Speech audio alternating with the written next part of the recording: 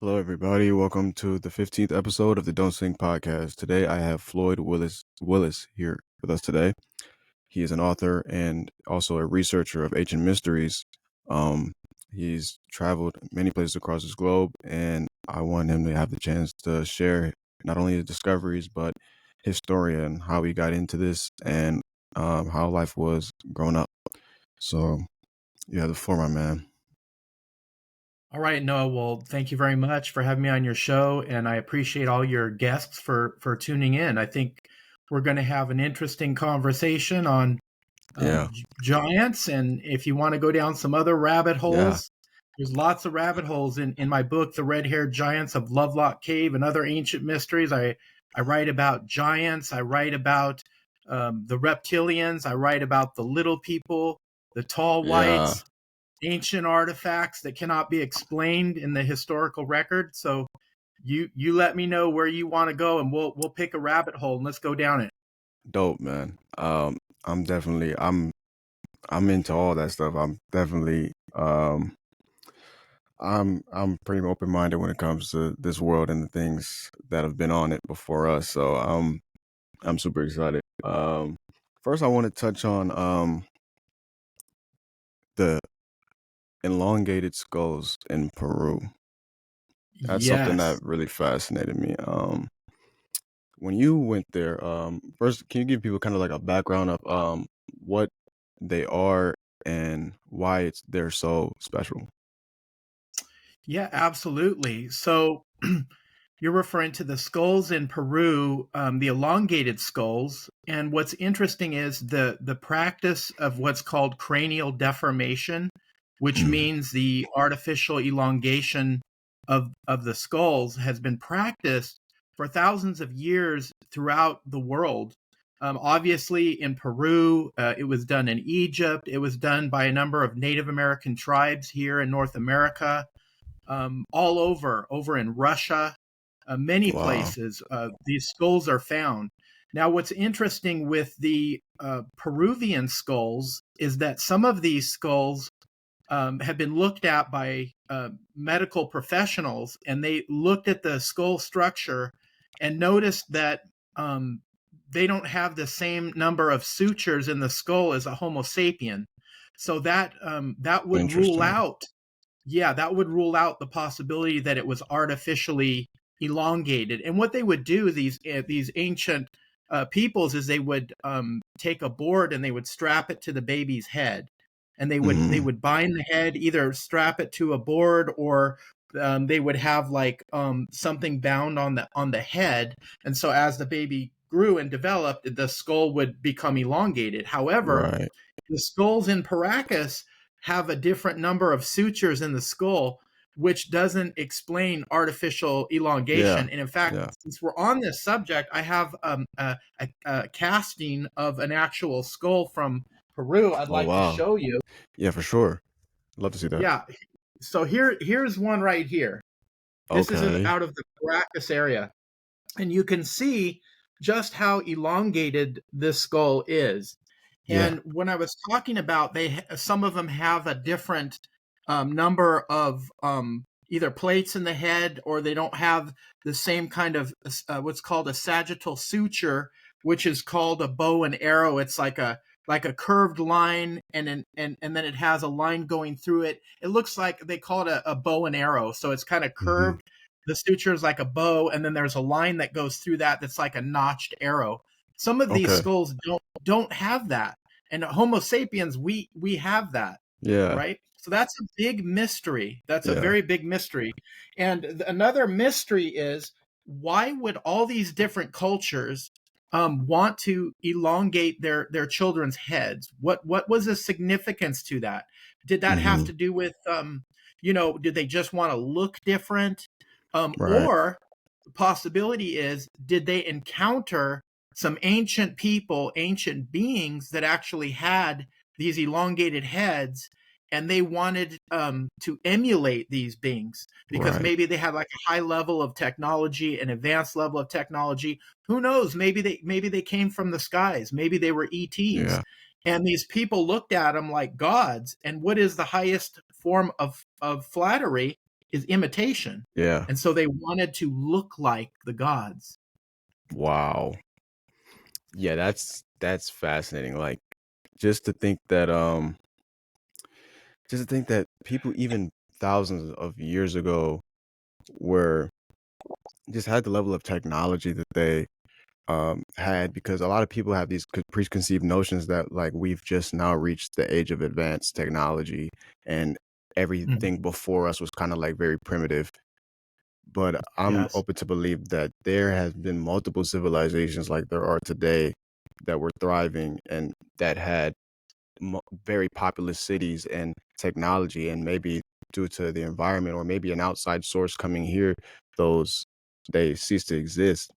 But evidence like this is like kind of pointing the direction like not only did they have technology, they had an awareness of maybe they were on a lower level than another species and they're trying to imitate to advance their own species. So that's fascinating. In what era specifically do you believe? Hold on one second. My phone's ringing. Hold on one Yeah, second. I'm gonna no turn it on worries. silent. Yeah, no problem. Sorry about that. Oh, no worries. So, yeah, back to that. In the evolution of different sapiens and different bipedal beings that have walked this earth, um, how many are you aware of? Because I think a lot of the times we're taught there were Neanderthals, and there might have been some other ones like Denisovans in the middle. But Yeah. how many are you aware of um on this arc of evolution? There are a lot, Noah. I mean, there's probably a lot more than what we know of now that undiscovered. So you had just mentioned the Denisovans, Hmm. and I have a skull, a replica skull of a Denisovan that Okay. came out of China, and I'm going to show that to you. This is Uh-huh. very interesting. It's Wow, a very fascinating. very large skull. Look at the Yeah. size of those eye sockets. Now look at Yeah. the head.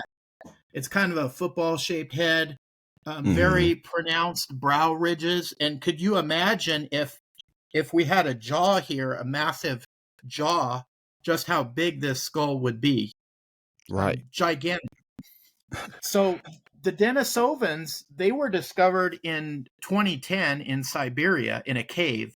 There Okay. was some excavations going on in this cave, and the archaeologists found a giant tooth, and it was about Wow. twice the size of a normal human tooth. In fact, it was so big. Yeah, it was so big. The archaeologists first thought it was a cave bear tooth because it was so Wow. large. Yeah, and then they found a knuckle bone, and they found some artifacts. They found like a green stone bracelet that had 8 millimeter holes drilled into it, which was Okay. incredible because it dated back about 40,000 years.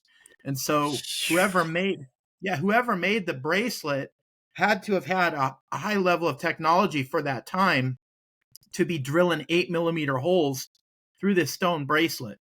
And of course, they probably had some type of originally like some type of thread going through the hole, and then they had beads or whatever, things they wanted to decorate that bracelet with. So the archaeologists did testing on the tooth and the knuckle bone. They did DNA testing and discovered that it's another species, another branch of us, and they call them the Denisovans, named after that cave. It was called Denisova Cave. And the interesting thing about that is now that they have that genetic sequence, that genetic code for the Denisovans, they're finding Denisovan DNA in our modern human population. Obviously, like the Neanderthals, most of us have Neanderthal DNA in us because there was this intermixing of our ancestors with the Neanderthals. In fact, Right. our ancestors probably didn't wipe them all out by killing them, although that probably happened quite a bit, but we probably bred them out. And Yeah. now we're being told that these Denisovans were on the scene, and they actually interbred with Neanderthals and our ancient ancestors. So you have all this Wow. intermixing. And some researchers believe that the Denisovans' average height was about 7.5 feet tall, which I would say that would make them giants. Yeah, yeah. I mean, just the pure size of that skull, it wouldn't make sense for that to be proportionate to like a 5, 6 frame. You know what I mean? Like that.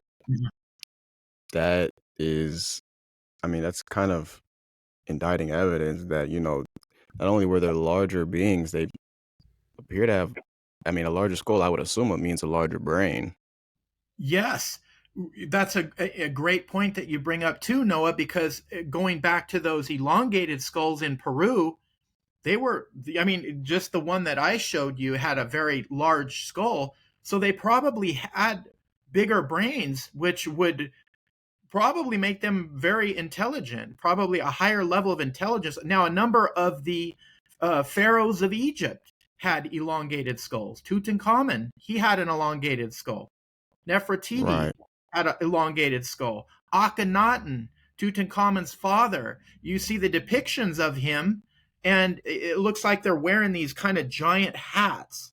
And what I think, it's not just the hat that's making their head bigger, it's that they had elongated skulls. Wow. Yeah. Um. Back to that bracelet you had alluded to earlier. That in and of itself has to mean some type of form of advanced tools because I mean an 8 millimeter hole.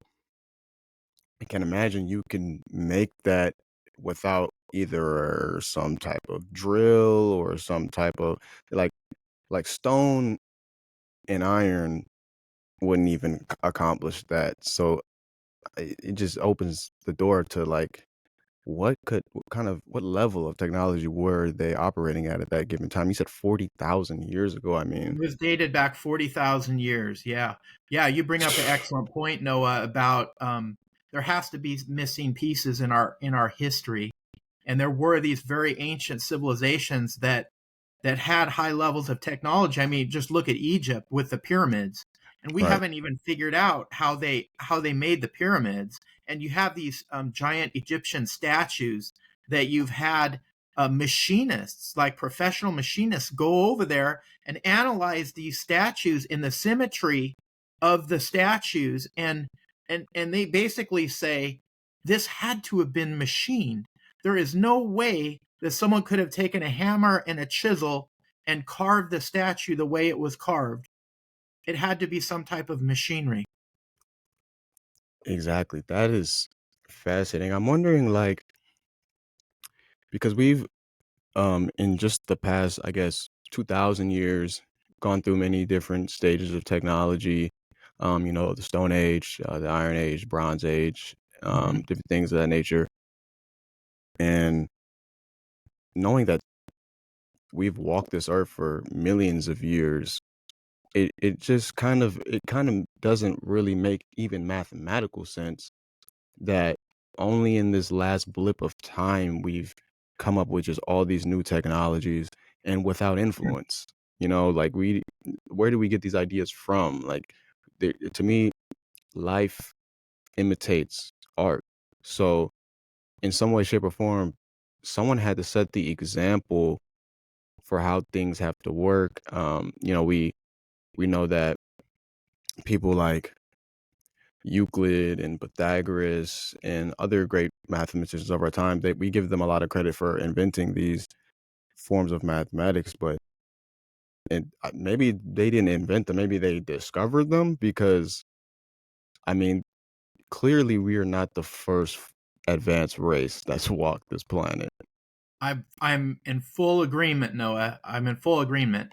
There was there is a great book called Forbidden Archaeology that I read a long time ago. I'm not sure if you're familiar with it.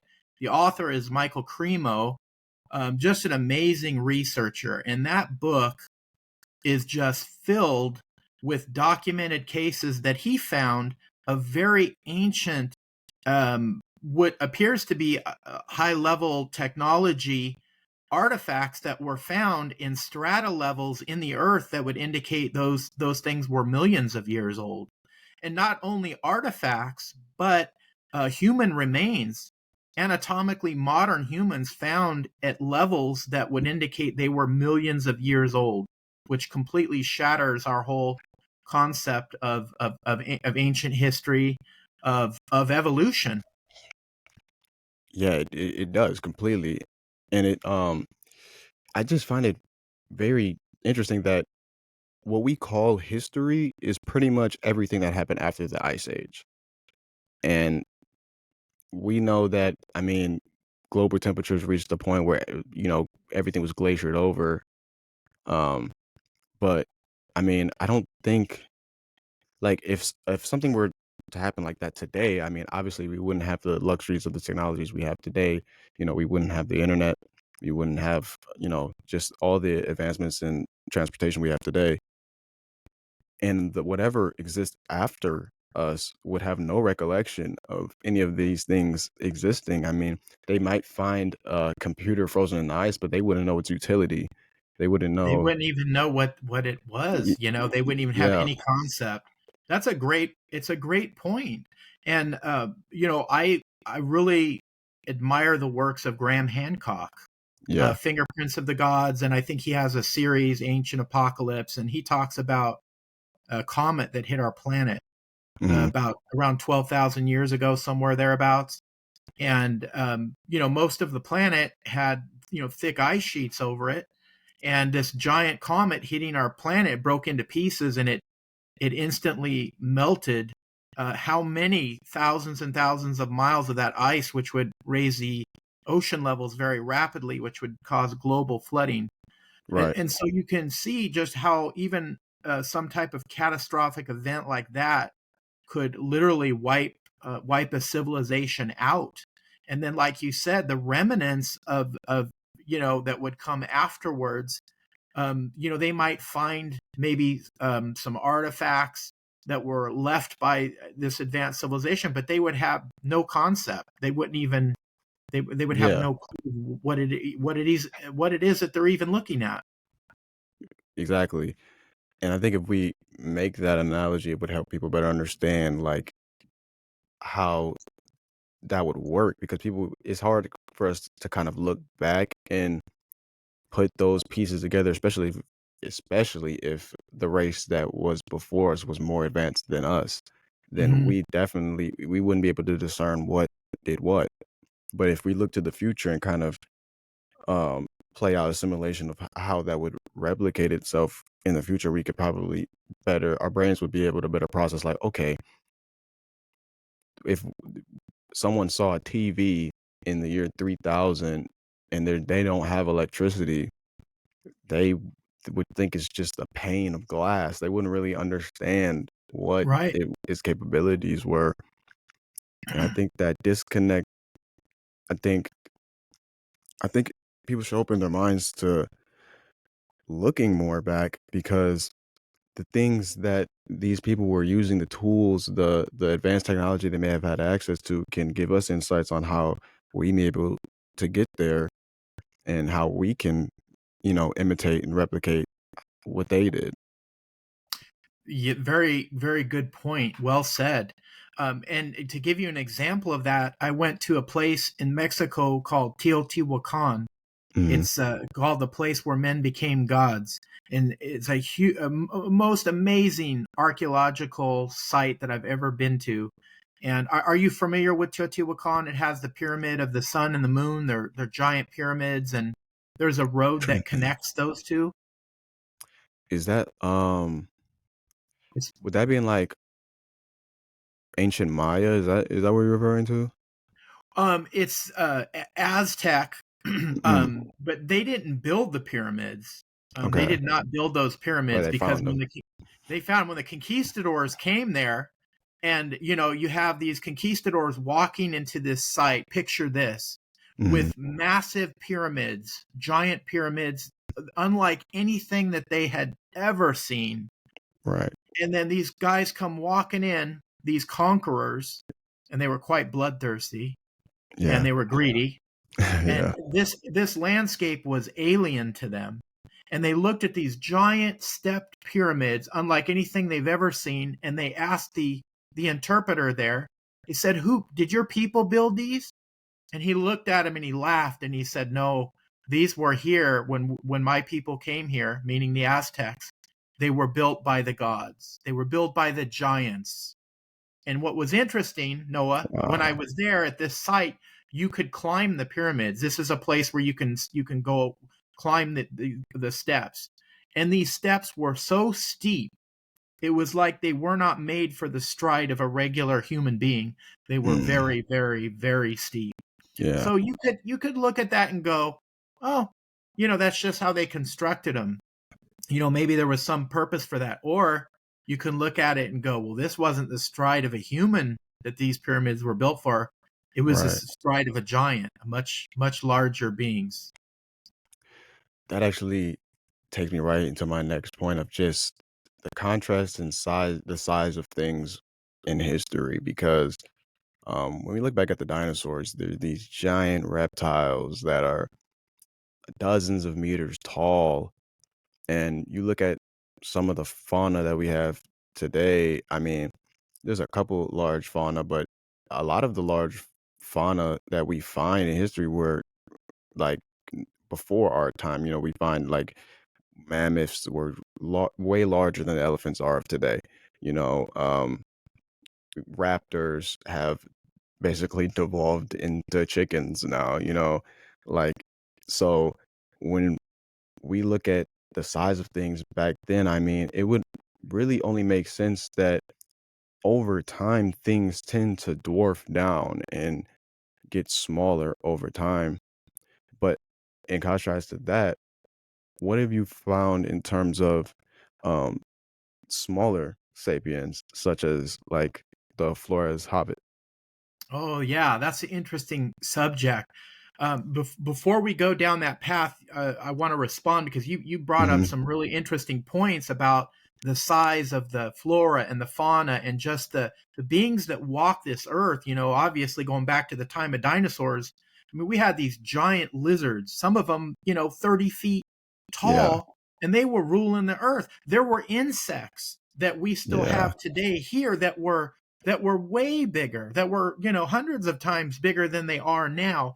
So it's my belief that the atmospheric conditions of the earth had to have been different at that time to support the larger life, the animal life, the plant life. I think it yeah. was it was much different. And what's fascinating is you look back to things like what's talked about in the Bible as the Garden of Eden, that Hmm. everything was once a paradise, everything was once in harmony, right? Hmm. And then there was a fall. There was a fall from grace. The serpent and Eve eating the apple, Hmm. of the tree of good and evil. She was told not to do that. The serpent, right? We have the Hmm. imagery of the serpent, which is in all these different cultures, and Right. oftentimes the serpent is associated with knowledge, ancient knowledge, or Yeah. forbidden knowledge, right? We see that. Hmm. And so you have this perfect condition, and then there was a fall, Yeah. and then everything kind of started to go bad after that. And you not only hear about that in the Bible, but in other cultures too. They talk about Right. golden ages, right? There was prosperity, there was advanced civilization, and then something went wrong and Hmm. things changed. For example, Atlantis. Atlantis Right. was a powerful empire, and it had an amazing city and traded all throughout the world. And some people believe they had a very high level of technology, and then they became corrupt and they started to use their power in the wrong way, and Hmm. then they were wiped out, right? So we have Yeah. this common theme throughout history. But going back to talking about the large creatures that walk the earth compared to now, I believe it was the atmospheric conditions were different. In fact, in my book, I cite an article that I found that it said, well, what if like a T Rex? What if we were be able to clone a T Rex? In Right. today's climate, and it basically in the article said that it wouldn't live very long because Hmm. the oxygen levels and everything is so different that it would be like it being at the top of Mount Everest. Like it would have such Right. difficulty breathing and it wouldn't live very long.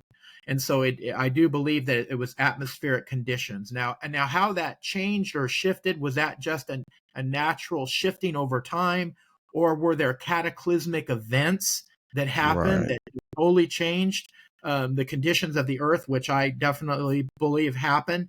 And I Hmm. believe it's happened more than once. I Right. think it's kind of cyclic. I Hmm. believe there are advanced civilizations, and then they wipe each other out, or perhaps a comet hits, giant asteroid, some other catastrophic event happens, and then it starts over again. Yeah, And definitely. yeah, yeah. So it aligns with what you were talking about earlier, and now you're talking about the Flores Hobbit, how we had giant beings that once walked the earth, and we have all these legends of little people, right? All throughout the Hmm. world, right? We know about the Yeah. leprechauns of Ireland. We know about like the Yeah. gnomes of Germany and Scandinavia, and I did a podcast with a gentleman out of Ukraine, and he was telling Hmm. me when he was growing up, his mom told him about the little people. They call them brownies, I think is what they call Okay. them. And he would actually leave food out at night for Oh these wow. brownies, because you didn't want to get them mad, because if you got them mad, then they were gonna play tricks on you. You were gonna have bad luck. So you have these stories of these little people. You have the Menehune, the little people Mm. of Hawaii, and a lot of the Native American oral traditions. They talk about little people. And in my book, I have a whole list, excuse me, from different Native American tribes. They give them different names, and some of these little people are friendly as long as you don't mess with them. Right. Some of them are very evil. I even Mm. found references in one tribe. They call them cannibal dwarves. That these Wow. things are just so evil, and they were cannibals. And so, which is really Yeah. interesting. But I also have a skull you mentioned of the Flores Hobbit. So this is a replica of the first skull that was found over Wow. on the Isle of Flores in Indonesia, and you can see just how small this is. And Yeah. so this was discovered in the early 2000s in Indonesia on the Isle of Flores in a cave called Liang Bao Cave, and the archaeologists were doing excavations there, and they found artifacts, they found spear points, they found tools, lots of bones. They found this little skull, and it was tiny, and they thought maybe like at first, well, like is that could be like a child's skull, and then of course they examined the teeth and determined it had the wisdom teeth, and it's like this is an Right. adult. And they, as they found more bones and they did more testing on it, it raised a lot of controversy in paleontology, because it was so out of the ordinary. Here you have this little being not more than 3 feet tall, and the Yeah. question was, did it have a disease? Did it have like microcephaly that caused Hmm. it to be small? Or was it, I mean, was that the size of it? And so they started finding other bones in the cave, other artifacts, and did a lot of testing on the skull and the bones, and determined that it was not a disease, that this was a race of little people that they dubbed the Flores Hobbit, because after J.R. Tolkien's the Hobbit, the little Yeah. people in his stories, um, they called it Flores Hobbits, and they said they were intelligent. They knew how to make spear points. They knew how to make fire. They actually found Komodo dragon bones in the cave, Wow. which could indicate that these little people were hunting Komodo dragons, which is Yeah. pretty amazing when you think about it. Those are some big animals, Yeah. and they're very dangerous. Their bites are poisonous, and yet here you have these little 3 feet tall people hunting these Komodo dragons. Yeah. That's fascinating. Just to think that the just the diversity of different hominids and how they've all come to this point of um, technological advancement in civilization. Like no matter if they were, 7 foot tall beings or they were 3 foot tall beings, they all got to a point of some point of advancement. I mean, I can only imagine like those two worlds colliding and them Yeah, living in the same planet at the same time. I mean, we know how nature is. Nature's unforgiving. So, uh, you know, I hate to say it's survival of the fittest, but it's like in a world like that, I mean, I could see how these civilizations could fall to either a more advanced hominid or even a more primal hominid that Mhm. doesn't have um, a moral construct or doesn't have language and just a hunting and gathering species. And I doubt they would be able to differentiate. Or, I mean, we as human beings today arise conflict with each other every day. So I can only imagine if they saw another being that was walking on 2 feet, they wouldn't really treat that with, camaraderie. So That's a great yeah. point. Very excellent, excellent point. In fact, in many of the Native American tribes, they talk about little people and how some of these little people were more peaceful, but there were Mm, some that were more violent. And there are stories of actually Native American tribes fighting with these little people. wow. Yeah. Yeah, that's insane. And there was a group they called the Moon Eyed people. Um, Mm, uh, yeah, and they supposedly lived in the underground, and they had very okay. pale skin, and they had very, very large eyes. In fact, that were sensitive to the sun, and so they didn't come out that much in the daytime. They would come out at night. Yeah, that also reminds me of just like how adaptable we are as a species. Like most of the things that we have today in terms of the size of our organs or the way we think or where our eye placement is a lot determined with environment. And this world being so vast, I could understand how there could be different shapes and sizes of different hominids, especially if they're at different evolutionary levels. I mean, like you said, there were people living underground. They would have larger eyes, obviously, because they had needed to see because it was dark. Hmm. Hmm. And smaller beings, maybe. I'm sure you are. Are you aware of island dwarfism?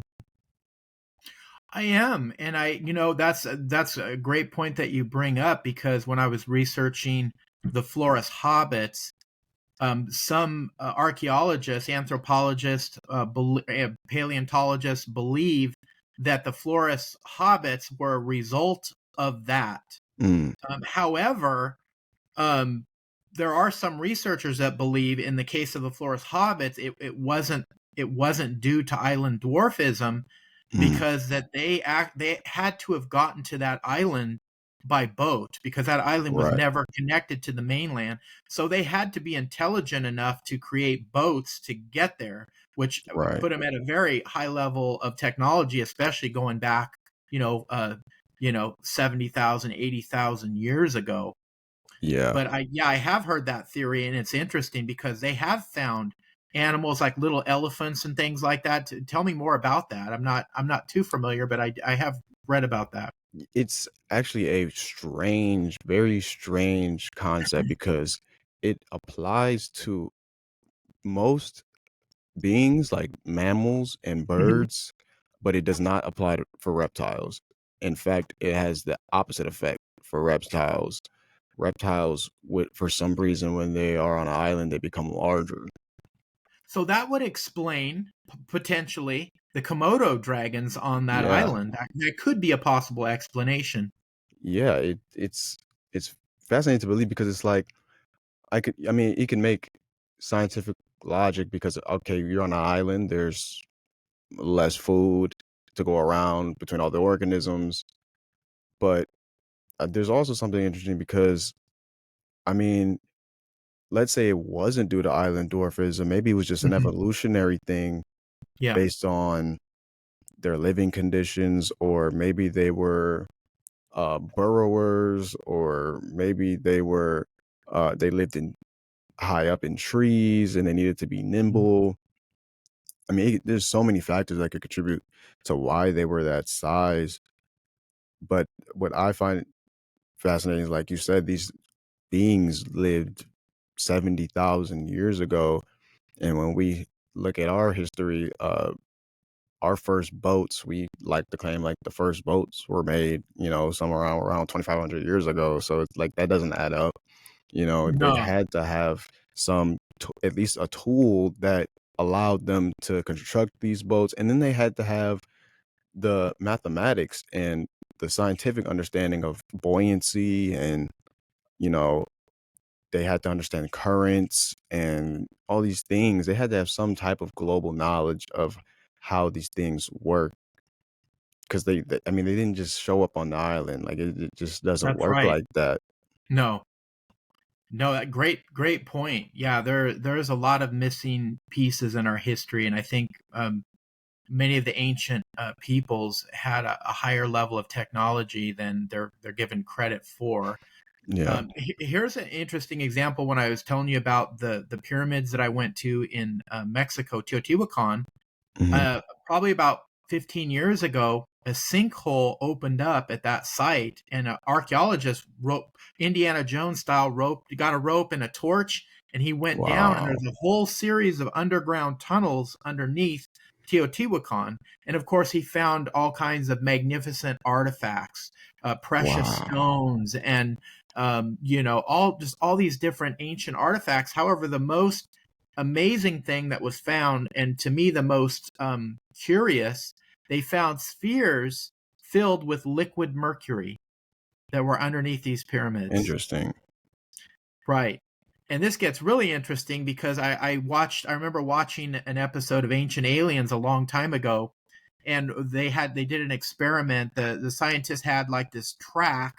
I think it was like some type of magnetic track, and he took a puck and they filled it with something equivalent to liquid mercury. Now, they didn't actually use liquid mercury because it was highly toxic, Right. but they used an equivalent, and then they got it extremely cold.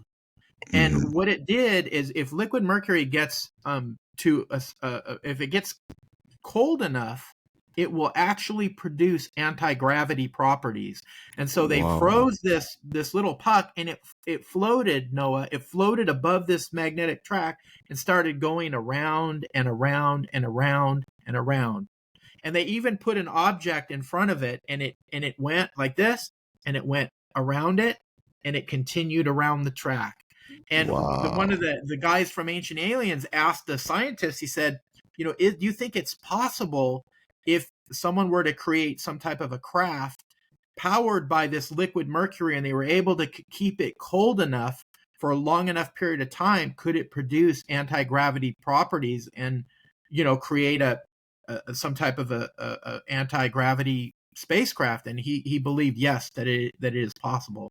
And I just find it quite interesting that these spheres filled with liquid mercury were Yeah. underneath these pyramids that were there before the Aztecs got there, and the Aztecs just kind of took them over. Yeah. What was that about? Yeah, that's interesting. Just to think, not only were these people very ancient, they knew just the degree of science. Because I mean, we're finding out new things every single day about science. It's a daily endeavor, and I think a lot of the time we're kind of trepidatious to believe that people in the past were more advanced than us. But I mean, just the coincidence that, okay, you find a sinkhole next to a pyramid, and then you go in it hoping to find whatever, and that's what you find. Like, that's amazing. Like, because that really goes to show, like, okay, maybe this isn't just a structure. This isn't just, some steps that you walk up. This is this has to have some meaning that we need to unpack. And Absolutely. yeah, and pyramids in general are just such fascinating things to me, like pyramids, monoliths, and things like that. Um, I haven't really I have a couple of theories, but I really have not derived any meaning to what these things could have been or why they built them. The mini pyramids that are around the globe. But what I think of when I do think of pyramids is that the earth over time, the earth gets larger the older it gets, as molten lava creates new layers of earth, and the flora overtakes and gets taller and taller and taller and taller. And like you said, with that sinkhole, there were things that were meters below the ground that they found, but I mean, they weren't people that walked the earth in those times weren't walking on the same ground we're walking on. They were walking on the ground that was definitely much lower, and just the layers of the earth were a lot thinner at that time. So I wonder if they build these larger structures like pyramids because they knew that at one point they would not walk the earth, and Mm, another species might come and find this as evidence that they were here. right. Yeah, that's a good point. I mean, there's a lot of different theories about, what the pyramids could be, what their purpose is, and Yeah, definitely don't have an answer myself, but there's a lot of interesting theories. I do know many ancient cultures, had a reverence for mountains. yeah, Mountains were kind of sacred, and so pyramid structures, to me, in a sense, would be like this is like an artificial mountain. yeah, And mountains in many cultures were very sacred places. It was kind mhm, of like a connection between the earth and the heavens. Connecting would be a mountain.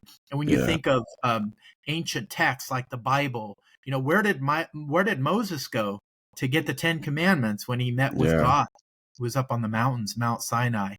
And mhm, so you have these interesting references to mountains. And in the book of Enoch, I'm not sure how familiar you are with the book of Enoch. It's a book that was left out of the Bible that I mhm, believe tells a very deep story about who at least some of these giants were. It tells the whole okay. backstory. And I'm not sure, are you familiar with the book of Enoch? I've heard lore about it as to maybe why it was left out, but I'm not sure what it actually Okay, entailed. well, I'll just give you just a quick kind of a summary of it and how it connects to the giants. Mhm, So in the Enoch was the great grandfather of Noah, mm, and in the book of Enoch, it talks about a group of celestial beings. They were called the Watchers. That's what they're named in the book. okay. And these Watchers were basically, angels, and they were their purpose was to watch over and to protect humankind.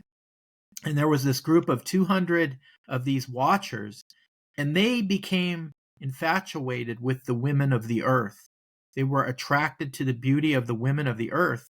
And these 200 angels, they made a pact with each other. And in fact, in the book of Enoch, it gets so specific, it names some of the leaders of this group. One of them was Samjaza, and Mhm, another one was Azazel. And so they okay. made a pact. They knew what they were doing was bad and that it was going to bring some serious consequences, but they went ahead and did it anyway. They took human form and they came down to a mountain. It was called Mount Hermon, which Mhm, means Mount of Desolation, and it's located in Syria. And okay. these beings came down to the earth and they took them wives. And so what they Mm, did is they interbred with the human women. And in fact, in the Bible, in the canonized version, it talks about that very briefly. It's in Genesis 6:4, and I'll just paraphrase it. There mhm, were giants in the earth in those days and thereafter.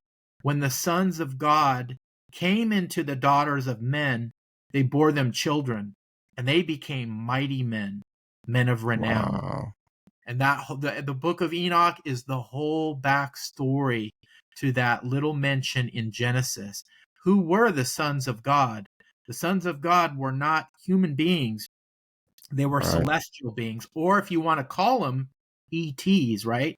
If they Mhm, if they were celestial beings, if they weren't from the earth, technically that would make them extraterrestrials. right.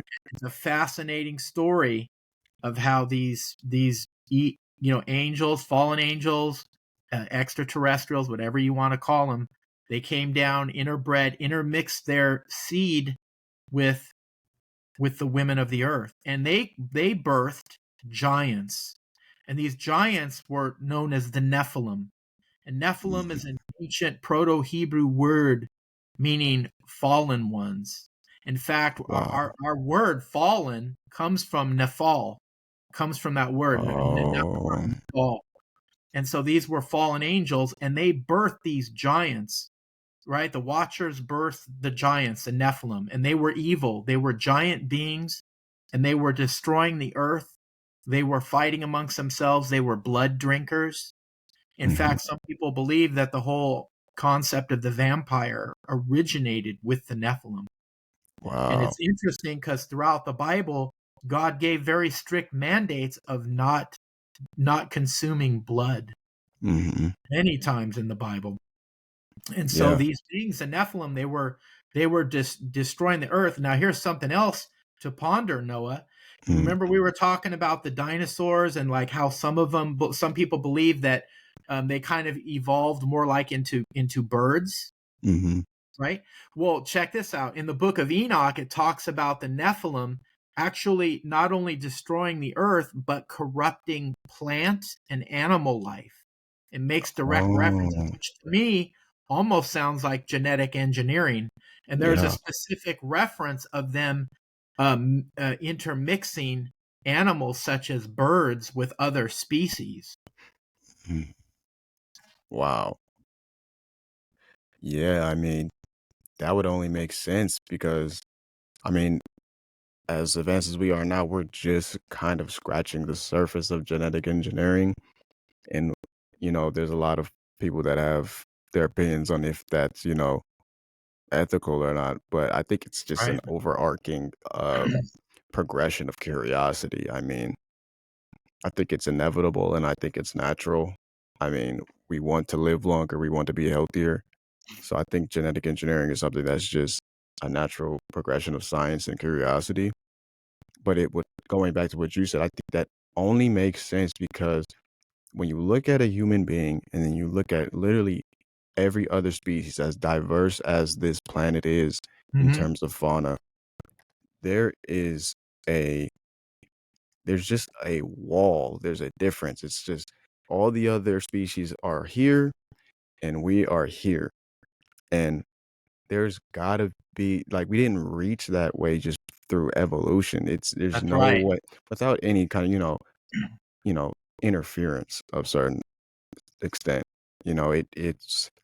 It's fascinating that, we find other intelligent beings on this earth, like, dolphins, ravens, things like that, but it's just nothing like a human.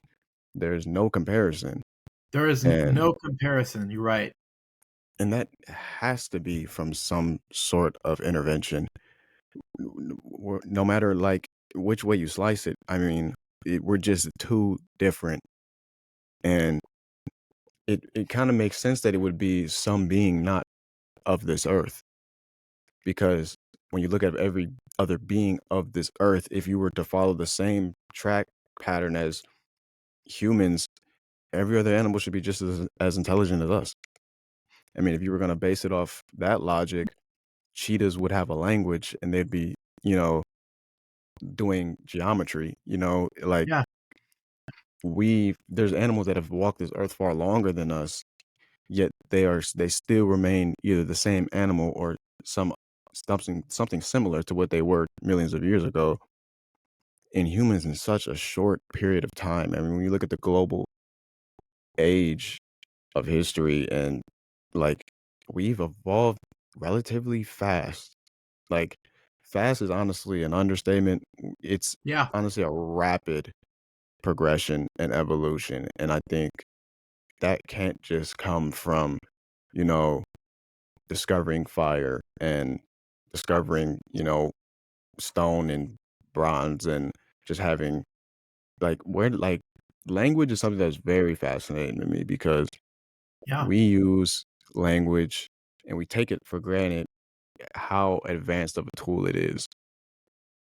And um when you look at the oldest languages, those cultures they have words that allude to some of the things that we're talking about. Like when you look at the oldest languages like Sumerian, they have words that refer to giants. They have words that refer to you know, celestial beings and things not of this world. The Anunnaki. Yeah, the Anunnaki. The Anunnaki, yes. Very interesting subject. The ancient Sumerian civilization was amazing because it seemed like it just sprung out of nowhere. Yeah. And all of a sudden, this civilization rapidly evolved. They had giant pyramids, step pyramids. They called them ziggurats. They Mm, built cities. They had a high level of astronomy, agriculture, um, yeah. laws.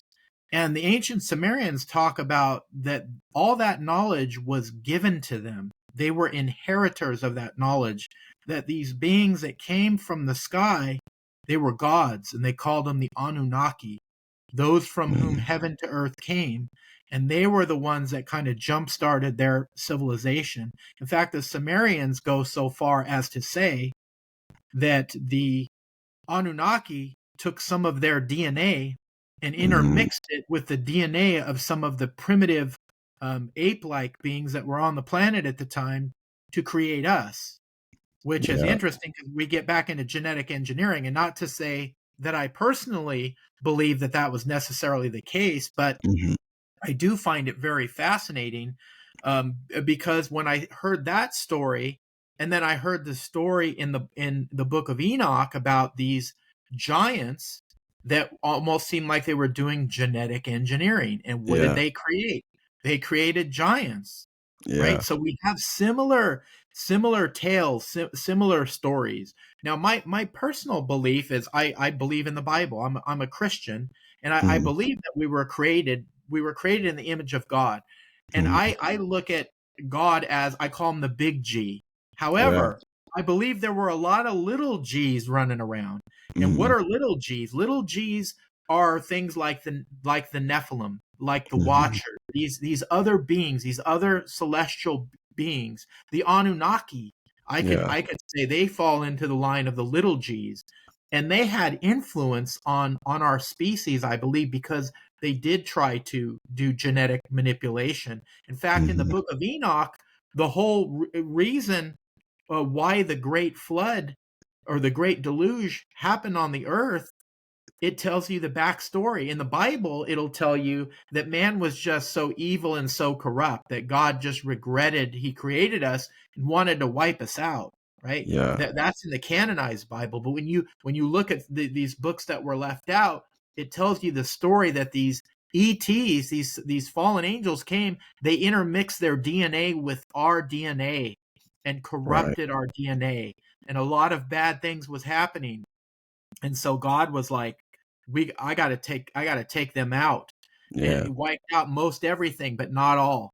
Right? Who Right. did he save? He saved Noah and his family. And when you look in the Bible, it says Noah was a righteous man and he was pure in all Mm, his generations. And I believe that he wasn't just a righteous man, but I believe his bloodline was pure. His DNA was pure, yeah. and so he was a survivor. And even some of the giants um, survived the flood. Most of them were killed because I think you go back to Genesis 6, and what does it say? There were giants in the earth in those days and thereafter. And I believe the Yeah. term and thereafter means that there were some giants left after this cataclysm that happened. And so Yeah. when we get into the Bible, we hear stories about Goliath. And in the Bible, it says Goliath is descendant of the Nephilim. Descendant Yeah. of the Nephilim. He's descendant of that bloodline. Now, a watered down version, right? You're He right. was in the Bible recorded him as probably 9 feet tall. Right? Can you Mhm. imagine this 9 feet tall, powerful warrior? In my Yeah. book, I have a picture of a replica. These craftsmen recreated his spear based on the descriptions in the Wow. Bible. And I have a picture in my book of this guy holding the spear. And in the Bible, it says the spearhead alone weighed about 15 pounds. Whoa. Yeah.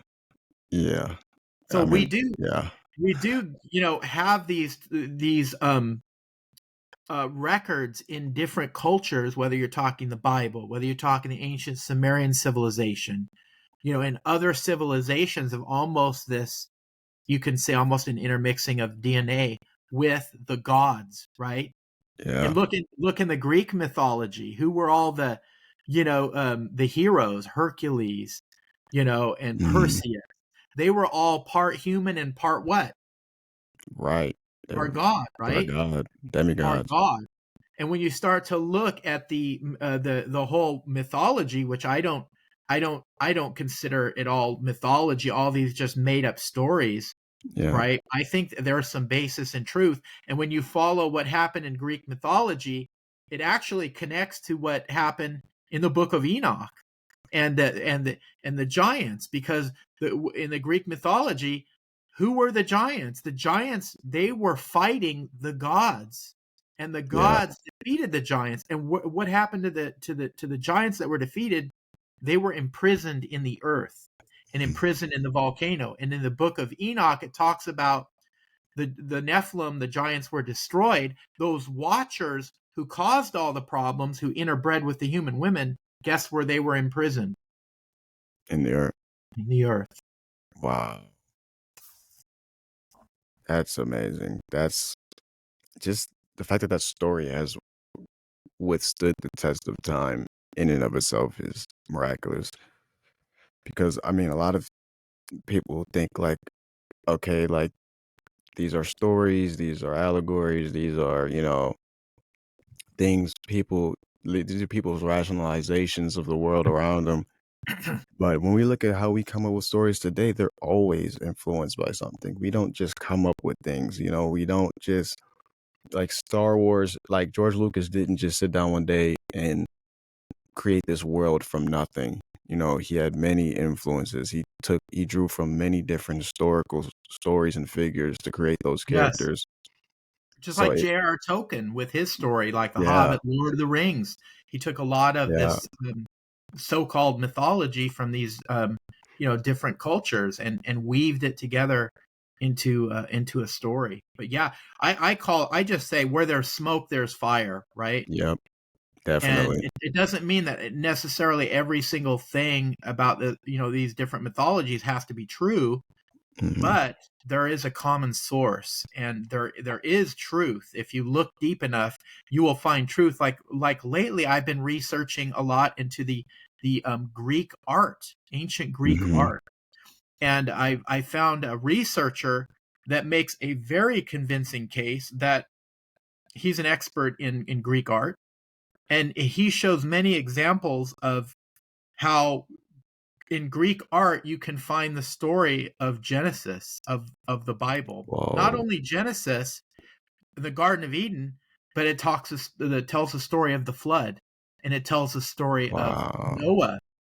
They have a character in Greek mythology, Nereus, I believe is his name, and he's mm, depicted as part man, and he always has like a fish body, right? And he said, wow, well, they depicted him that way because Noah came through the flood on the ark. right, And right. then there's other imagery of the tree of knowledge, the tree of good and evil, and the fruit in the Greek Hmm. art. And guess what's entwined around the tree?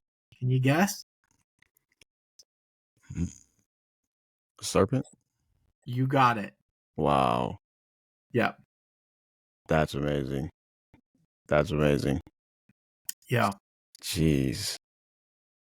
Yeah, it's fascinating that when you look around to different cultures and their history and the stories they told and their belief systems, there's so many underlying like common denominators between all of them. And Hmm. it's for people to kind of open their minds and look into that. Um, I mean, these people that lived in this time, they did not communicate with each other. Like, that's the thing that's interesting to me. Like, people in North America and people that lived in modern day, Latin America, people that lived in, Polynesia, people that lived in modern day Asia, they didn't have communication with each other like we do today. Well, exactly. They didn't have communication like we have today. However, I believe that there is plenty of evidence out there, even in North America, that many of these ancient peoples traveled much farther and had interactions with other ancient civilizations, other cultures, Yeah. and we've been taught. There was a guy that really influenced me. He was a researcher named Barry Fell back in the 70s and 80s, and he did Mhm. a lot of good research. He was an expert in ancient languages and symbols, and he found a number of locations here in North America where he Mhm. believed like ancient Egyptians came here, Phoenicians, Wow. Celtic people. I'm not sure if you're familiar with Scott Walter. He had a program on his. It's called America I Unearthed. don't think I've heard of that one. Okay, if you haven't seen that, you can find episodes on YouTube Mhm. and other places. But he's a geologist, and he's all about going to some of these unusual sites here in North America with very convincing evidence that ancient peoples were here thousands of years ago, long Mhm. long before Columbus ever came here.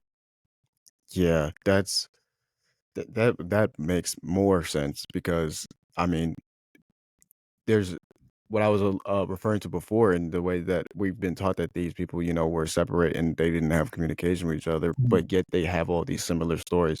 That is only proof that they had to, in some way, share information or be in touch with each other. Because I mean, there's stories. There's too many commonalities. There's more commonalities than there is differences. Even in today's religions, there's very like when you look at Islam versus Christianity, and even you look at Hinduism, there's overarching themes through all of them.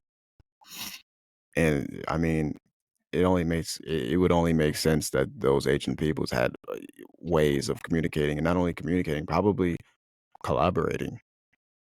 Absolutely. In my book, I write about. Have you heard of the cocaine mummies?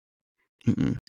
Nope. Okay, these were mummies in ancient Egypt that were found to have cocaine in their system, and these mummies are thousands Mhm. of years old. So the only place at that time that when those people were alive that you would find cocaine was in like South America, Right. right? So where Wow. did it? How did it get in their system? Well, there Right. had to have been some contact. There had to have been some trade for that to happen, and there's plenty of other evidence of different cultures interacting with each other. Over in Mexico, they have those giant heads, the Olmec Mhm. heads. Have you seen some of Yeah. those big stone Yeah. heads? And some of them look very distinctly African. Like Yes. those are African people. Yes. Like, and so like what's going on here? These things are thousands of years old. They're in Mexico, and it looks like some Mhm. type of advanced African civilization was Right. was in Mexico.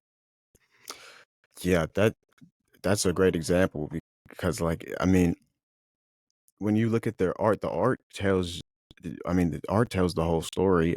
I mean, and when I look at different civilizations when it comes to art, I think you only achieve a state where your society is making art when you've achieved some sort of stasis or some sort of civilization. When you're a hunter gatherer species, or you're constantly worried about day-to-day survival, you don't have time to Yeah, make art, you don't have time to exactly. carve Good point. pictures. You have to have some sort of civilization, some sort of grand arcing theme of community and um intelligence to express yourself in that way. So I think it's even more overarching proof that these civilizations were not only intelligent, but they they knew that at a certain point in time, people are going to be looking at these structures and this artwork and trying to interpret it, because a lot of them have messages, a lot of them have prophecies written in them. So they had to have a greater understanding of time and how the world changes over time.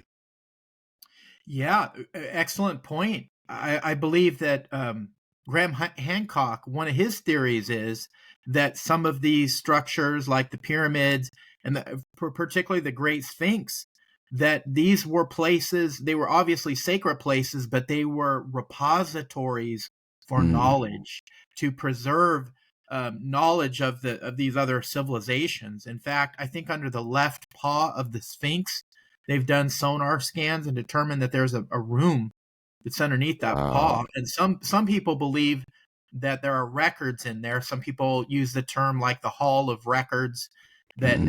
it has records of these ancient civilizations that go back tens of thousands of years that Yeah. were actually preserved at some of these places. And when you think about it, from the ancient world, I mean, look how long the pyramids have been around, and look at everything they've withstood. Look at the Great Sphinx.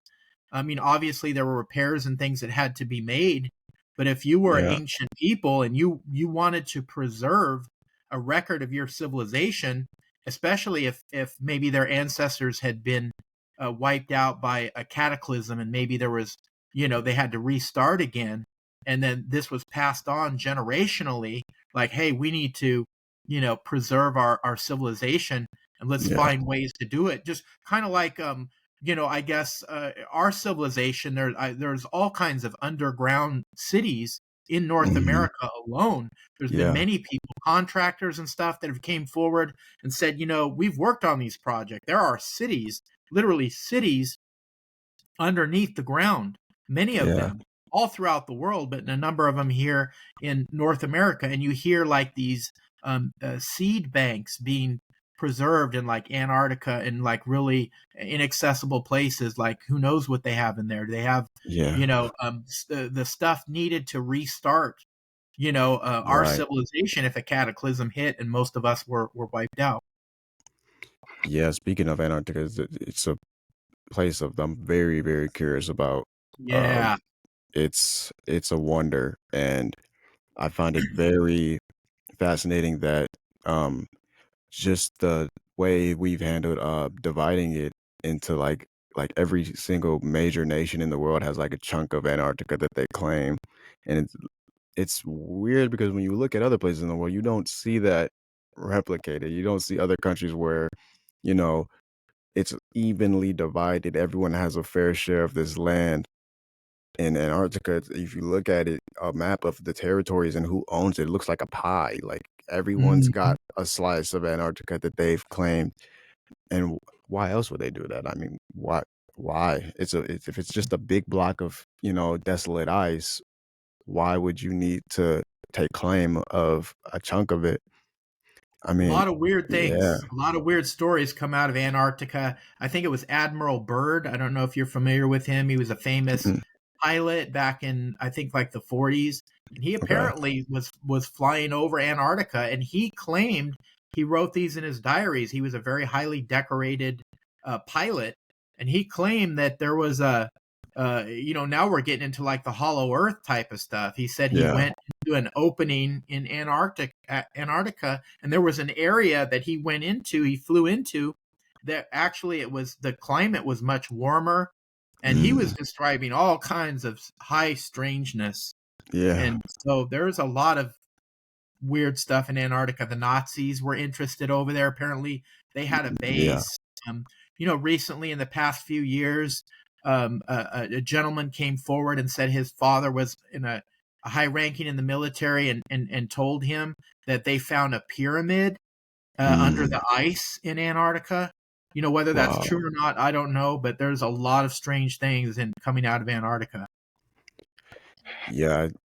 It's so much to unpack when it comes to that place because I've heard many, many stories about it from many different sources, but a lot of them are very similar. I've heard of the story of um, there's this chamber where you go into it and the temperature is perfectly regulated. I've heard of that. Yep. Yeah, and just things like that. I mean, it would only make sense because no one has ever built a civilization there that we know of.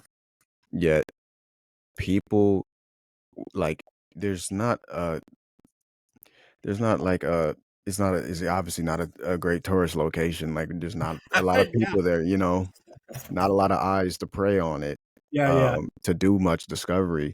So it would be essentially the perfect place to hide something or to store something over time. Because most people, 99.99% of people will never go there and never see what is there.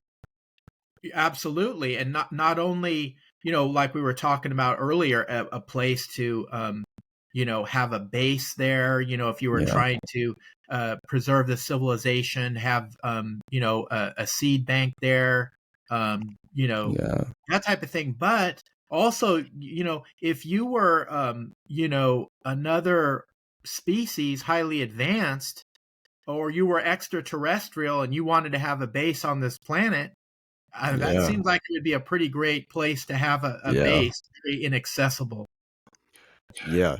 Just out of that logic, you know, and being at the bottom of the earth, I mean, you have pretty much access to every country because I mean, you're sitting below everybody on all sides of your coast. You can go to any point in the world, and there's no other place on earth like that.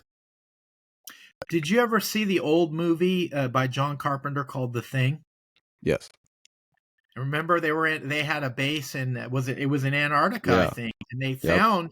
found a spacecraft that had crashed there, who knows, hundreds of thousands of years ago.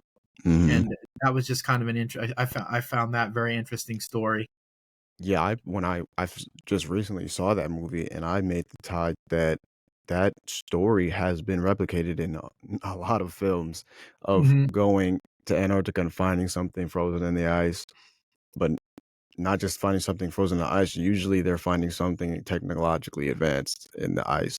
Um, they Right. even they even stuck with that story in Transformers. In the first Transformers movie, they find a transformer in Antarctica That's in the right. ice, I forgot and about that. and that um, it just makes so much sense that like if it can make sense in a movie, you know, I mean that logic would only it would make sense because that's the most desolate place on earth. It's the most least Mhm. populated place on earth.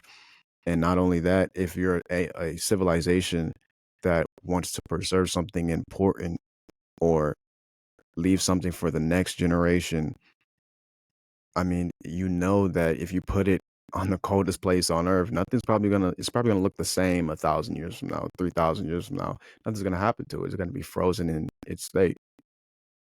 Good point. Good point. And I remember reading about this, and I don't remember. I don't maybe it was in Siberia, and maybe Hmm. you can refresh my memory if you ever heard of it, where they found the frozen woolly mammoths, Hmm. and they had undigested food in the stomach. And it Yeah. was interesting because it was tropical plants that was in the bellies of Yeah. this in the belly of this woolly mammoth, which indicated that maybe something catastrophic happened, Hmm. like very rapidly, to that particular area, Yeah. that would cause such a dramatic climate shift. And I'm thinking, Antarctica. I don't know if you've heard of the works of Charles Hapgood. He talked about the Hmm. Earth crust displacement theory and Yes. how the poles shift and everything. Hmm. And kind of makes me wonder, like, if indeed the poles shift, like he theorized, how the outer mantle, the land masses of the Earth. He used the analogy of an orange, like the skin of an orange, except the skin's not attached to the orange. It can Yeah. move around and it can shift, and Yeah. how the Earth's crust can shift very rapidly and cause Hmm. obviously catastrophic conditions on the Earth if maybe something like that happened.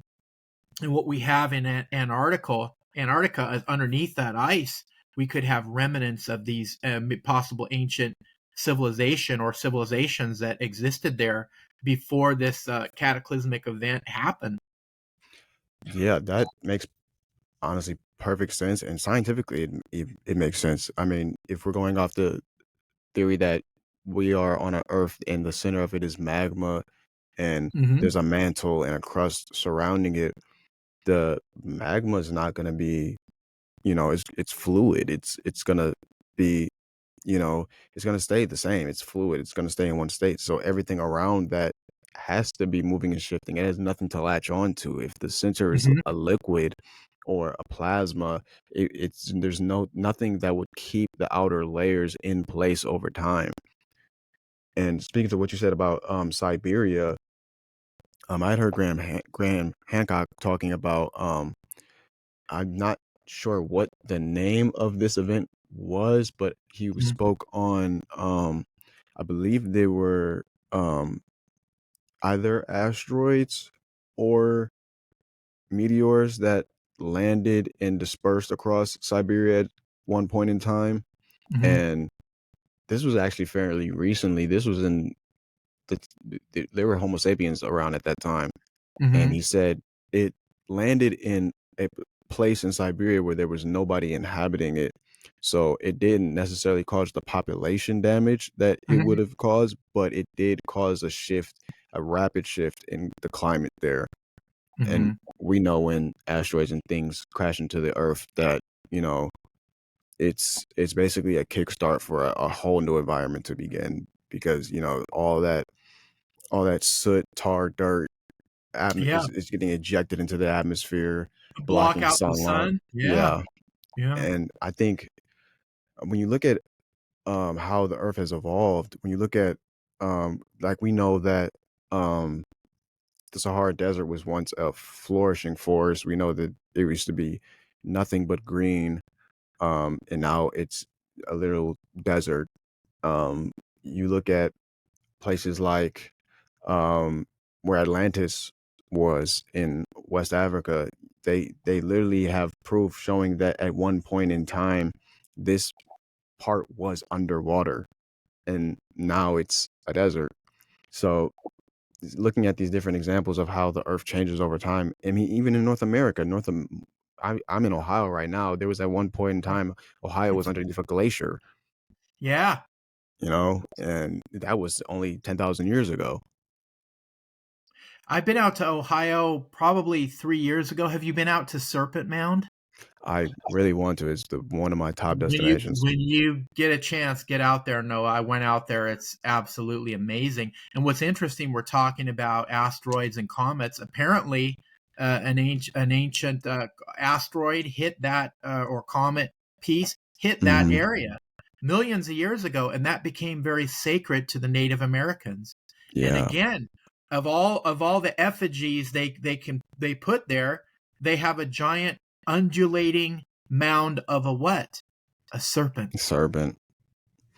Yeah, and we know what that means. I mean, if like you said before, the serpents mean hidden knowledge, and you know that and I believe, I mean, it would only make sense that they would use these symbols and these, you know, like they I mean, if you think about it, they literally, it's kind of like they're shouting at us, like it's obvious what they're trying to say because I mean they built a mound that looks like a serpent. Like they're pretty much yelling at us like, look here, you know? Right.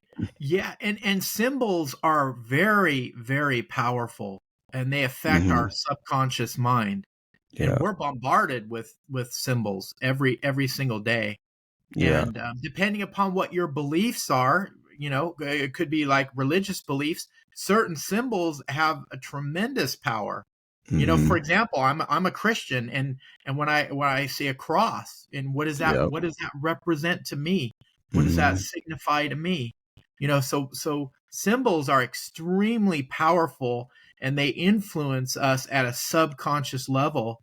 And our Yeah. ancient ancestors were very aware of this, and they Hmm. used symbols in the way they communicate through not Yeah. only things like making mounds, but pyramids and statues, and through their rituals and the particular perhaps clothing that they made. I mean, all that was symbolic. The art on the cave walls. I mean, all that is Yeah. very symbolic. Yeah. Speaking of symbols, like I'm just thinking like how visceral they are to reach our subconscious. And they, like when you look at the Nazi swastika, they didn't Yeah, make that, they took that from the Japanese. That's their symbol for a temple and a place of peace and a place of, yeah. religious. So And they they, twisted it, they right? They twisted it. they So they twisted it, and didn't they make it go like a different yeah, direction? I think they inverted it and They twisted it. inverted it. And that's so interesting, right? Yeah. Inversion. Inversion. Hmm. You take something that's good and you twist it, right? Hmm. And that's the whole concept of what? Lucifer. The Yeah. concept of the devil, the father of lies. What does he do? He twists things. He makes good evil and evil Yeah. good. And so you have Right. these themes throughout, whether it's the Bible or through these other spiritual practices, other civilizations. It's very interesting. Yeah, and it would only make sense that they would use these uh symbols as their form of communication because like they obviously didn't speak English back then. And they obviously didn't have paper to write it down or computers to archive it. So I mean, and these symbols, no matter if you even had prior knowledge to their meaning, they you notice them. Your subconscious just attaches to them. Just the geometry of it's like an it's like an underlying language that's just embedded into our DNA. Yes, that's a very eloquently said. Very yes, very good. Yeah, it's just fascinating how things like just how the earth changes over time and the climate changes and the continents shift. I mean, we're perfect examples as a species of doing the same thing, and seeing that we have had so much history just kind of chopped off at a certain point. I wish it was just more people's interest to look back and kind of like put the pieces together. Yeah, I think there are more and more people that are wanting to explore that. Still, obviously, a lot of other people that either have no interest or they're just stuck. Like, oh, we know what history is. Oh, I just have to Hmm. look at a history book, and this is what the historians say. These are what the experts say. So this is how it is, Hmm. and anything that contradicts that to them is kind of threatening.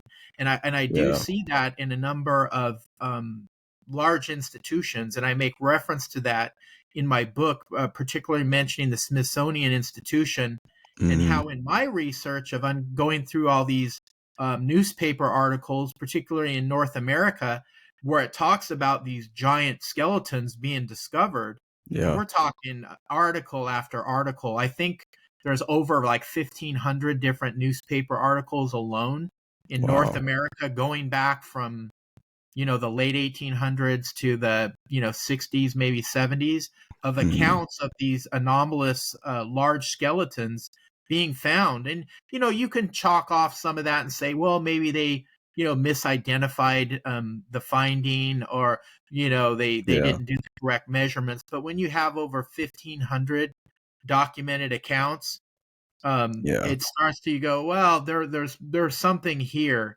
And in my research, in a number of cases, I include an article in a newspaper article in my book where it talks about this rancher in Arizona who Hmm. found these giant skeleton on his ranch, and the skull was so enormous that it said it was incomprehensible to that of a human being. It was so large, and the Smithsonian Wow. Institution actually sent out two of their agents to take a look at the skeleton and this giant skull. They took pictures of it, and they made all these notes on it, and they tried to procure the bones from this man, and he said, "Nope, I'm not giving it up." Yeah. Yeah. That's a thing I think about a lot is the patriarchy of history and how we document it and um just how kind of closed-minded the larger firms that try to establish what history is. I find it really difficult to understand the trepidation to explore these topics like giants and ancient civilizations and their technology because I don't think I mean, controlling that kind of information, not only is it dangerous and misleading, it it's almost like begging for our de-evolution or even destruction because I mean, if this information is so abundant and it's almost on it's on every continent we look at, we find something that looks back to the past and informs us. So it's just weird to me that there is this standard of history that is kind of hard to edit or change, because history isn't something that's set in stone. It's That's right. something that we have to constantly look at, constantly edit, constantly change, and we can't be afraid of that. We can't be afraid to, rewrite narratives, to reinform ourselves, because that's the only way I see us advancing. Because I think we are curious beings, and we are very clever and come up with certain things that kind of are convenient. But I think where you find most um the most rapid progressions in society is when we take something from our past and we re-innovate it. Like, Mm. we're not reinventing the wheel every day. We take things that we mimic, the things of our past. We mimic nature. We mimic things that have already have the knowledge within them, and we try to re-innovate it. So I'm not sure why modern a lot of modern historians, paleontologists, and people in that field. I'm not sure what the motivation would be to not be open minded to these topics, but I don't think it's to our advantage. That's yeah, good point. Michael Cremo, the great researcher who wrote the book Forbidden Archaeology and another a number of other books, he brings up in his book. It really stuck with me. He calls it knowledge filtration, Mm, and knowledge filtration is where you have a certain a dogma, right? mhm, Like you've been taught a certain way. You put that, let's just say you put that in a box, and that's your reference. And anything that comes your way, or that doesn't fit into this neat little box, it fit into your dogma, you automatically kind of filter it out. It's right. almost like, it doesn't fit in with the way I've been trained with the way I've been taught. So it's easier to just kind of sweep that under the rug and not deal with that. And so Yeah. his belief and my belief too is that many of these archaeologists, paleontologists and stuff, they're just kind of going off of that knowledge filtration, that Mhm, this is how I was taught, and anything that doesn't fit in with this narrative, it's we'll sweep it under the rug. It can't be true. It's not true. It's fake. Maybe the artifact was planted there. It mhm, just doesn't fit in. And so I think yeah, humans have a natural tendency to have this knowledge filtration. Unfortunately, in some of these bigger institutions, that's how they're trained. And when you yeah. think about it, it could be quite threatening as well, because many, well, I shouldn't say many, but there have been archaeologists that have come forward with very controversial findings, and they Mhm, brought it forth to the public, and instead of being embraced, saying, hey, this could change our history, let's look into this, they were ostracized, and they ended yeah, up they ended up losing their career. In fact, I cite a specific case in my book of a lady that she was an archaeologist in Mexico and found an ancient site that goes back 400 500,000 years with human remains, and with artifacts there that had a level of technology that our history says that shouldn't have even existed at that particular yeah, time. And she used a number of different dating methods to prove her theory, and she brought it forth in the 1980s, thinking, well, this is, people, the other scientists will look into my work. And instead, she right. she lost her career. She literally Wow, lost her career in archaeology. So yeah, wow. I have a reference in my book, and I hope I get this right, but those who control the past control the future, and those who Yeah. control the present control the past.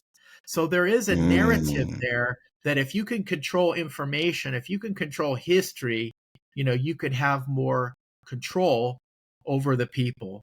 And really, in my personal belief, I think that our history is far more amazing than we've been taught.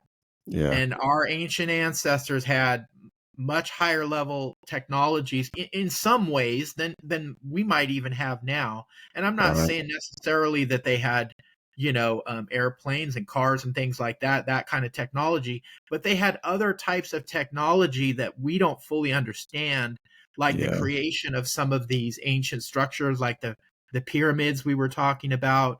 Um, the megalithic structures in Peru, Sacsayhuaman, those giant walls that have those weird puzzle piece shaped blocks, megalithic blocks that fit together perfectly, that you Mhm. can't get a razor blade in between, that we Right. can't figure out how to do that now. And how do these Man. people thousands of years ago, how did they develop that? I also believed that some of these civilizations had an understanding of the natural earth energies Mhm. generated by our planet, and they understood those and they knew how to tap into that energy, and they placed some of their pyramids, some of their sacred sites on these areas of the earth. Some people call them ley lines, where I Mhm. don't know if you've heard that term before, ley lines, where Yeah. this earth energy is more prevalent, and they Yeah. built their structures there because um, being located in these specific areas, it affected our consciousness, Right. and we would be able to operate at a higher level of consciousness. So they would put these pyramids in these particular locations because they knew that it had an effect on our consciousness, and maybe our Yeah. connection to the spirit world, to the divine. Yeah, you put the nail on the head on that one. That's exactly what I was gonna say, because I think we need to, as a society, redefine what advanced even means when we look Hmm. at these societies, because we may think we are the most advanced version of ourselves, but I don't really view what we do today as very advanced. I mean, you can maybe look at it as very technologically convoluted and very complicated. Like we have metal tubes that can fly. We have, cars, we have the internet. But what we find with the technologies that we use today are, we're looking at it and we're like, okay, they're very novel and very cool and convenient, but a lot of them are, destroying the earth over time. A lot of them are not sustainable technologies, and I don't think a technology can even be considered advanced if it's not sustainable. If we only can use oil, like just only started using oil for fuel in maybe the last 200 some odd years. If we're run out of oil by 2075, I mean, what is 275 years? That's nothing in the age of humanity. So I don't think these things that we consider technologically advanced today would, even by definition, be considered advanced if they don't last for eons. I mean, we look at the pyramids there. I think Graham Hancock's most recent finding is that I think the age of the pyramids even doubled from his original estimation. So he believes that now the pyramids may be over 26,000 years old now, and they're still standing.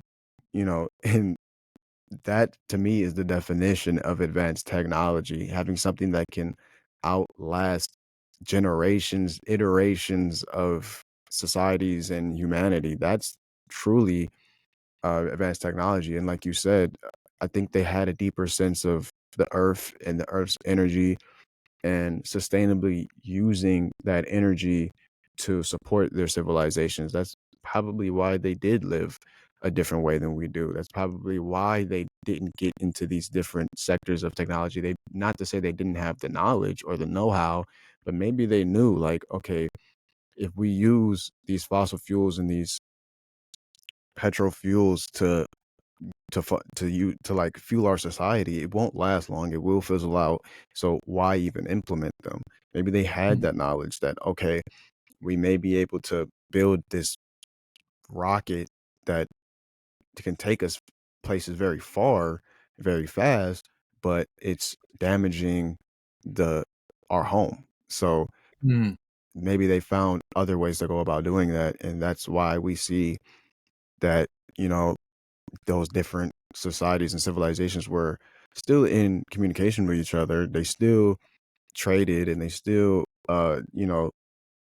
bartered information and resources, but they went about it a different way. They had boats. Mhm.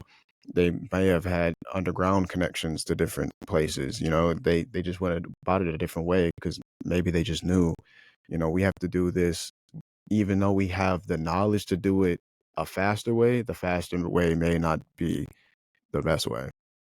Right. Yeah. And what you were saying kind of remind me. I was thinking of Tesla and all Yeah, his research and what he was doing, and I think people like Tesla, they were tapping into um, knowledge from our ancients, yeah, and I think the powers that be in the world, they want to suppress that knowledge. I mean, just think, yeah, he was working on free energy, a free energy yeah, system for the world. Do you think the big power companies and do you think they yeah. would have a vested interest in wanting us to have that knowledge, to Right. make available to everybody? Precisely. Um, Yeah. yeah, Yeah, it's fascinating. Researched Tesla a lot, and when I was even as a kid, when I was looking at Tesla, I found it very strange that as soon as he died, they came in his house and took everything. you know, everything. claimed Yeah, it all, and that kind of was like that's kind of like a you know there obviously were other motives in suppressing his findings because I mean. If we were doing this for the betterment of humanity, those documents would have immediately been made public. They would have immediately been in every museum you find. And when you look at exhibits of Tesla and when they put some of his technologies on display, they take some of the most like basic things he did and put them on display for people to see. And like 90% of the stuff is in some archive in some place we don't know. that's right. That's right. Yeah, I think it just goes to suppression. It goes back to a little bit what we were talking about earlier about controlling the narrative, controlling knowledge. There was a gentleman, I believe, I think it's been the last maybe 7 or 8 years ago. Maybe you can help jog my memory. He Mm. was an African American gentleman, and he had claimed that he had developed an engine that could Hot run off was hot water. water. Water. Yeah. Water, and he died. He was killed in a mass shooting. He just happened Hmm. to be at this place with a mass shooting, and he unfortunately and sadly he was shot and killed. But Yeah. what happened to his research? Right. I see a lot of stories like that.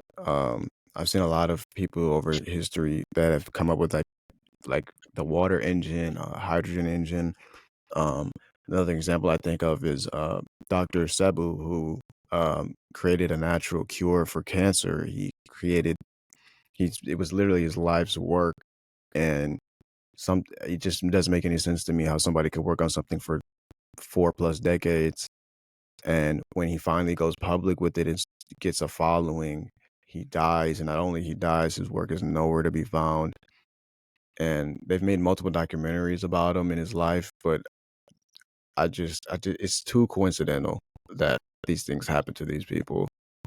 And like you said, it's about control. It's about having control of the present, the narrative.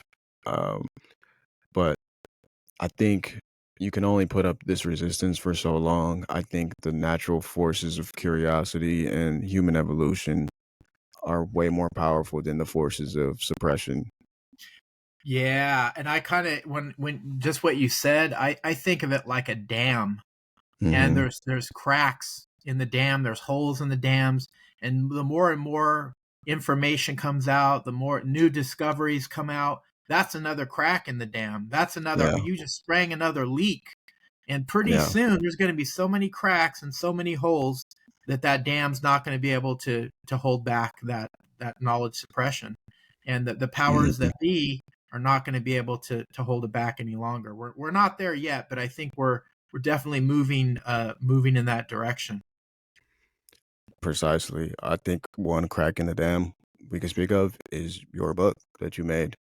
Um, Speaking of your book, where can people go and get your book? What do they look for? And where Sure. also do they find you and keep up with everything you've got going on? Yeah, well, thank you. You can find my book at first off, I'm a self-published author. You can get Hmm. it on Amazon, and that's fine if people want to go there. But Book Baby is a self-publishing company that I went through to do my book, and they're Hmm. very supportive of self-published authors. So if you are interested in my book, if you can please go to bookbaby.com and you can find my book there, that would be great. But I am on Amazon as well. I do Hmm. have a website. It's at theancientgiants.com. And on my website, I have a breakdown of all the chapters in my book. And Okay. it covers a lot more than just giants. We get into giants, little people. We get into the reptilians, the tall whites. We get into um, ancient artifacts, out of place artifacts, the dinosaurs of Acambaro, these Hmm. figurines that are unusual that I saw in Mexico. Just a lot of different ancient mysteries, as well as a lot of information on the giants. So, yeah, I have a website as well. So that's theancientgiants.com. Ancientgiants.com, everybody. Um, I I'm completely fascinated with all the things you've shared today. I'm definitely gonna purchase your book. Um, Well, thank you. I appreciate your support, Noah. yeah, I've had a blast. I mean, I could sit here, and I know we have yeah, time limit, but I mean, these kind of conversations going back and forth. I yeah. mean, it just energizes me, and it's so fascinating. And when I wrote my book, I thought I would be answering some of the questions that I was puzzled with. But Hmm. it's funny because the more research I do, the more questions that I come away with. Yeah. That's that's why I made this podcast, to have dialogues just like these ones, and it's been an amazing experience with how comprehensive you are in these subjects and how informative you've been. Um, and I really hope this is the first of many conversations we're going to have in the future, because I know there is so many rabbit holes to go Hey, down. anytime you want to reach out to me, Noah, and you want to go down a specific rabbit hole, you just get a hold of me, and I would love to be back on, and I could talk about this stuff. And I'm also doing some other research as well into new areas, and I would be happy Nice. to share with you some of the stuff that I'm currently researching as well. Well, I'll definitely look forward to that. Hopefully next time I'll definitely have read your book and we can dive into a whole Yeah, new depth of conversation. So I'm really looking forward to that. I appreciate you and your time and thank you. giving your story to my audience. I think they will very much appreciate it. And I wish you the best of luck in your research Thank and you. all your endeavors. Um, Appreciate it. Thank you. yeah, you're doing a great service, and I really appreciate people like you that are taking these deep dives into our history. Thank you very much. And get out to Serpent Mound when you can. Definitely will, man. Definitely Yeah, it's will. amazing. All right. It's been a pleasure, Noah. Thank you. And thanks to your audience. It's been a lot of fun. Likewise, man. Have a great day and have a good New Year as well. Thank you, man. Bye. I am talking about genuine peace, the kind of peace that makes life on Earth worth living. Bottom line, there were no weapons of mass destruction. Totally unjustified and brutal invasion of Iraq. Of Ukraine. A new world order. A new world order can emerge. A new era. No, don't. And Hillary are demons. Really, peace in our time. Most people still want to run for book. Peace in all time.